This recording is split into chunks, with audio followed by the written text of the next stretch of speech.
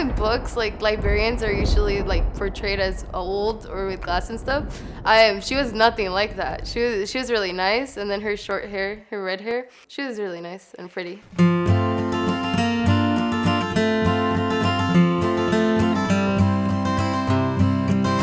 When I came here as an assistant principal, she was working as morning duty and a noon duty, and then was also working as an instructional. She worked well with the librarian at the time, and then when he resigned, she applied for the position and has really brought life back into it. In a matter of weeks, she had completely changed the climate of that space, and it went from having 3 or 4 kids at lunch to 100 kids at lunch, having a place to go.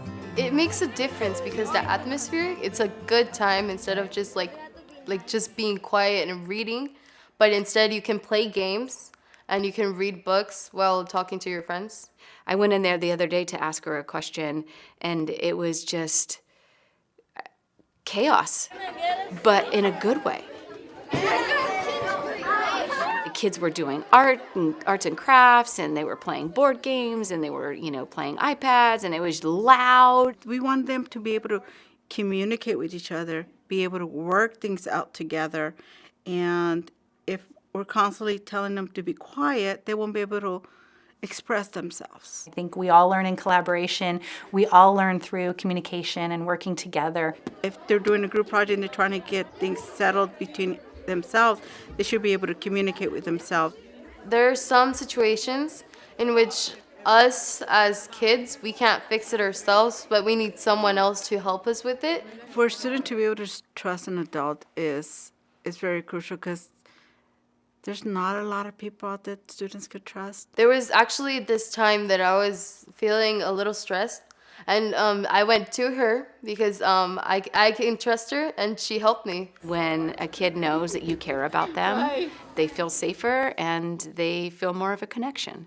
And all of the kids that go in there and spend time with her in the library, that's how they feel.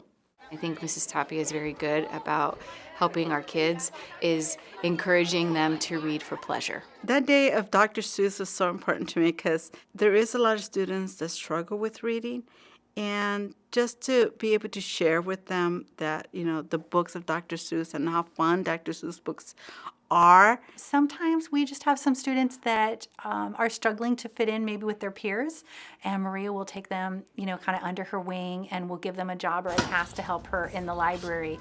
Before you know it, you'll see that new student or that student that was struggling with some old friends sitting at a table playing a game with a new friend. She really makes it a place where kids can come in and feel like they belong somewhere and that they're part of something. Every season or every event, she makes these crafts in the library. Like right now, you can go and make a flower with tissue paper. I did a flower. It came up a little deformed, but I did it. We decided that the newly retired members should get their dues paid for. If we could help them out by paying the dues for the next 2 years after they retire, why not? This is what I was born to do, to be able to be here and work with students. I wouldn't have it any other way. Okay. Working with students, it's my life. Thank you, Mrs. Tapia. Thank you.